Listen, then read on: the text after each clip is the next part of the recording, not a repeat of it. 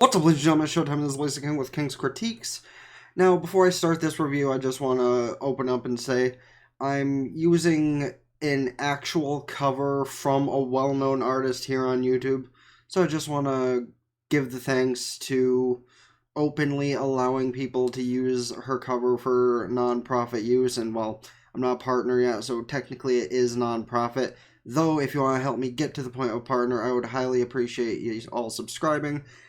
Shameless plug on my end aside, I'm of course giving full credit to Amelie for this, as well as everybody she worked with on this, Sean Christmas, Frutella, etc. The video link will be in the description down below if you want to actually hear the song instead of just like her singing in the background to my talking, which might throw a little bit off, but honestly, I love her stuff, and who better to play a background for a, one of my reviews than somebody I absolutely adore in the cover world. But with all that said, we're going to be getting to the review in just a moment here. So go give the music an actual watch after this video and listen in and enjoy, because she did a really good job, like she does on pretty much everything I've heard. Of course, I'm not in love with everything, but I haven't listened to everything because I haven't watched everything that pertains to half the music she does. So I'm gonna stop rambling and get on to the actual review. So with that said, let's skip just a little bit so I can set the scene up and do this.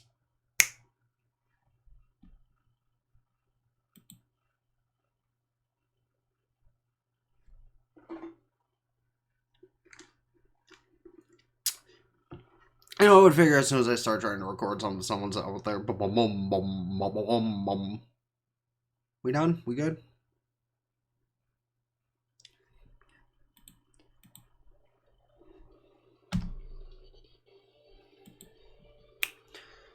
Okay. Now, after a little bit of a brief passing of Nah, 8 should be fine. So, after a little bit of a brief passing of somebody being a complete jerkwad passing in the background, I can't decide how loud the music is. Anyway, review time. And apparently, so I decided to watch the new season of When They Cry to find out if it was a sequel or a remake, which is actually apparently a question a lot of people ask based on the Google search when I look for this image. I'm not sure if I'm pointing at the right side of the screen. I want to say I am, but I'm not looking at myself in the camera now, so it could be up there. Anyway, and my question was answered in episode 2. We got us a 4th season, and I'm hyped for it, honestly. I'll add tidbits here and there as the season goes on, since I'm super excited to watch this. And, of course, obviously, that means I'm rating this, as I watch. But I'm not writing per episode like I've done for other series in the past. But I continued on with half the season watched so far, and it's just as brutal as the original. Minus the unneeded censoring in episode 4. Which, honestly, I'll get back to a point about that later, but censoring in episode 4 ended up being kind of pointless later on. Then maybe that's because it was, called bullshit by the original audience it was watched by, and that's why they didn't bother to do it any further, at least for what I noticed.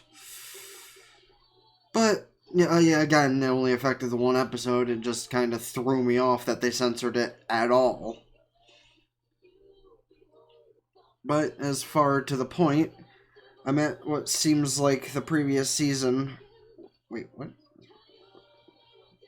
Whatever. We're more focused on We're more focused on Rika's assistance in things going on through every timeline, which has been seen a different person be taken hold by the curse, and somehow the same person lived in every jump.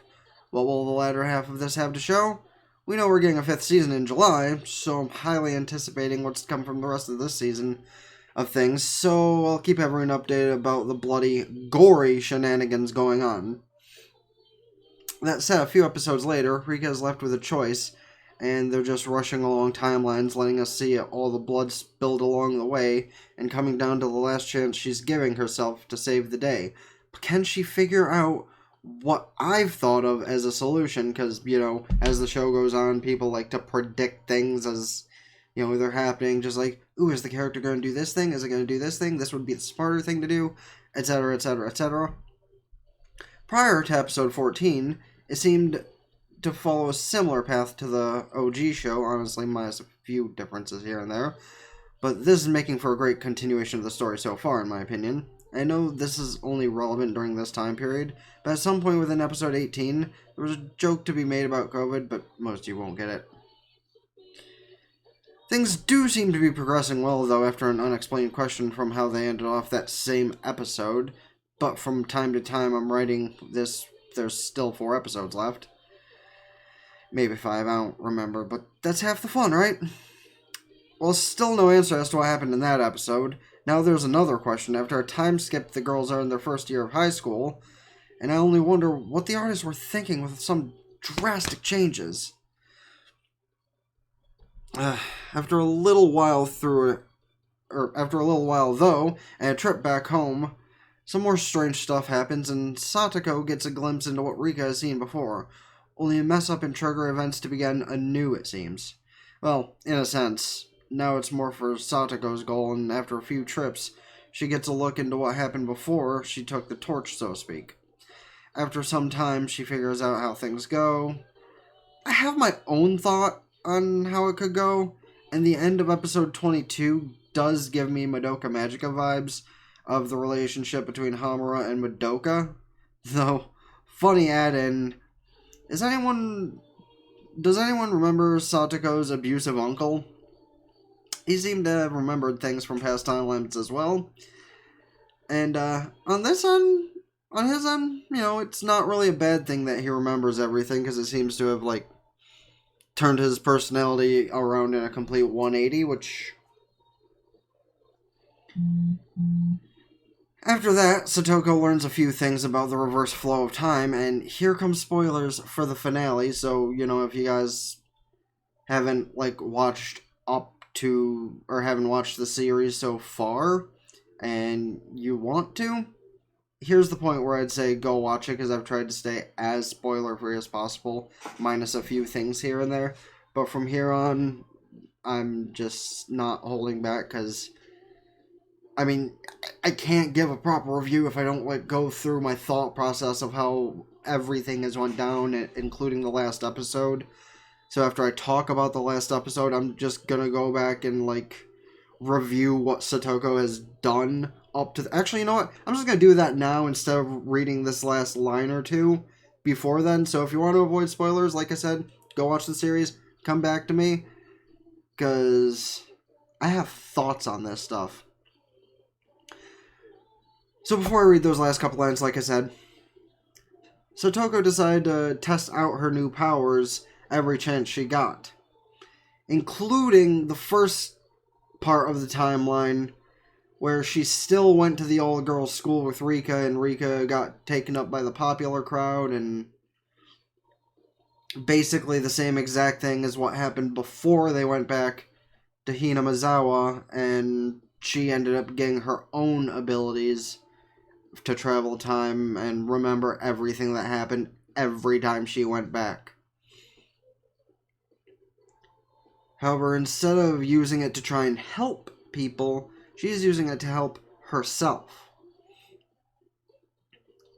Because the one instance, when she went to, see if her powers worked, she embraced Rika in the middle of the all-girls school, entranceway, and with a snap of the fingers, the chandelier came crashing down atop of them, and it made for quite the mess. And that was the first time she did that to test her abilities proper. Well, at least if you don't count what happened a couple times later when she broke the timeline, because they went back to 83 instead of being in 87, and she used her powers to cheat a card game. But that's that's completely off the. After the chandelier fell, she tried it 2 or 3 more times, resulting in her killing herself by getting hit by a truck, and her and Rika both dying again by falling into the creek near the water wheel, and probably another time or two. Oh, right, and of course the time she slit her throat. And probably other times that they didn't want to bother to show us, because that probably happened a few times before she eventually learned, but, yeah, Satoko definitely gives off the Hamura vibes of being a yandere girlfriend type, and maybe that's why I'm honestly as much, like, enthralled by the possibility for Season 4, or Season 5, because this was Season 4, than I already was, because honestly, sure, it's like borderline lollies. It's still the type of show I'm into, so I can't help but love it. I mean, I love this for it being a horror show in general, but now they're throwing this spin on it, and that, like, doubles my enjoyment. Not because I'm that kind of weirdo, but I mean, if you take a look at a bunch of other shows I've enjoyed, Happy Sugar Life, which also kind of has that vibe to it, Madoka Magica and Mirai Nikki, etc., etc., etc. Just the Yandere girlfriend vibe is what I'm totally into. Anyway, now that I'm back, now that I'm done with reliving the past couple episodes and discussing the spoilery type stuff, we're gonna read the last few lines I wrote about the final episode.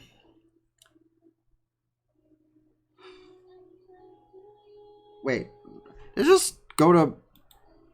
Bitch, that's not what I asked to... God. Okay. I just realized it played, like, the old Higurashi's thing and then started playing God Bless, which does not have anything to do with it. I'm sure there are gods and goddesses being shown in this show, but... Well, goddesses, because we've only seen 2 women, but... Details. Anyway, I'll try to get this out before the song ends again, because that probably, like, threw some people off. Anyway.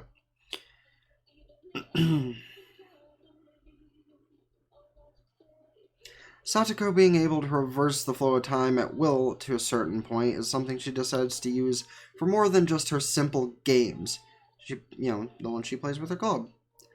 Using it to steal the disease that was going to be distributed by the military that we saw at the end of the last series and use it for her own purposes.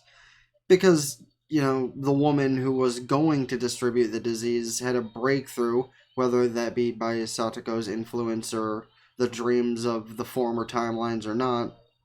That's a good question, but obviously, because we got a look into her past further, maybe she'll have another role to play next season, but by the end, it gave more vibes of Hamadoka than I thought. The exact way Hamura continued to go back to save Madoka from becoming a magical girl time and time and time and time again, living through countless tragedies. Now Satoko seems to be the devil encountered Rika's goddess, except Rika might not have her powers anymore. I still don't know what happened back in episode 18, but hell, this just unlocked so many more questions to be answered next season of Higurashi, and I can't wait the next 2 weeks for it to drop. So, in the end, Rika achieved her goal, but that only fueled Satoko's hatred, because let's go back for a bit more of a spoiler discussion. Not only did it fuel Satoko's hatred because of, the general consensus of what happened, but they did go to the all-girls school at St. Lucia at some point.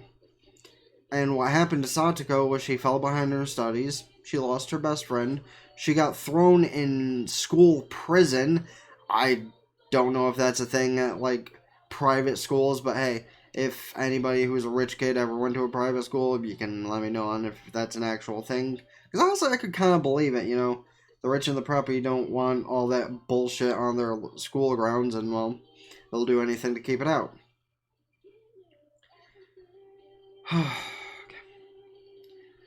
Of course, my review, like, number-wise, is going to be at least 8 out of 10, because, I mean, it gave so much more explanation to what was going on. It wrapped up a few things, opened new things, and with the new season coming out, like I said, I'm hyped, I'm excited, I can't wait.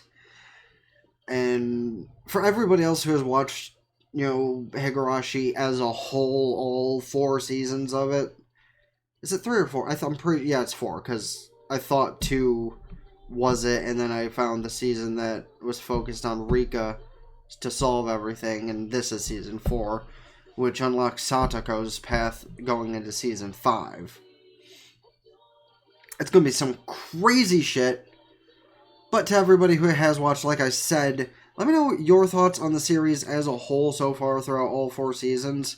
Because I know the first season was based off from the visual novel, but I've never played that. And it's one of those times, like with Danganronpa, where if I did, I'd probably do decently, because I know a lot of things that happen due to the anime. But let me know your thoughts on the 4 seasons thus far if you've watched all 4. Because I'm always open to hearing people's opinions and thoughts, and we can discuss it in the comment section down below. If you haven't watched it yet and you're still watching this review, especially up to this point, what are you doing, fam? I just gave you a bunch of spoilers on stuff that has happened in the past. But I really need to get out of the habit of saying "but" so much. Okay, yeah. Let me know your thoughts about the last 4 seasons, this season specifically, in the comments section. If you haven't watched it yet, but for some reason you're here, go watch it. All 4 seasons. It's like maybe 80 episodes. They're all like around 20, I think, except for season 3 is only 12, I want to say. So it might be less than 80, but... Sam, there I'm doing it again.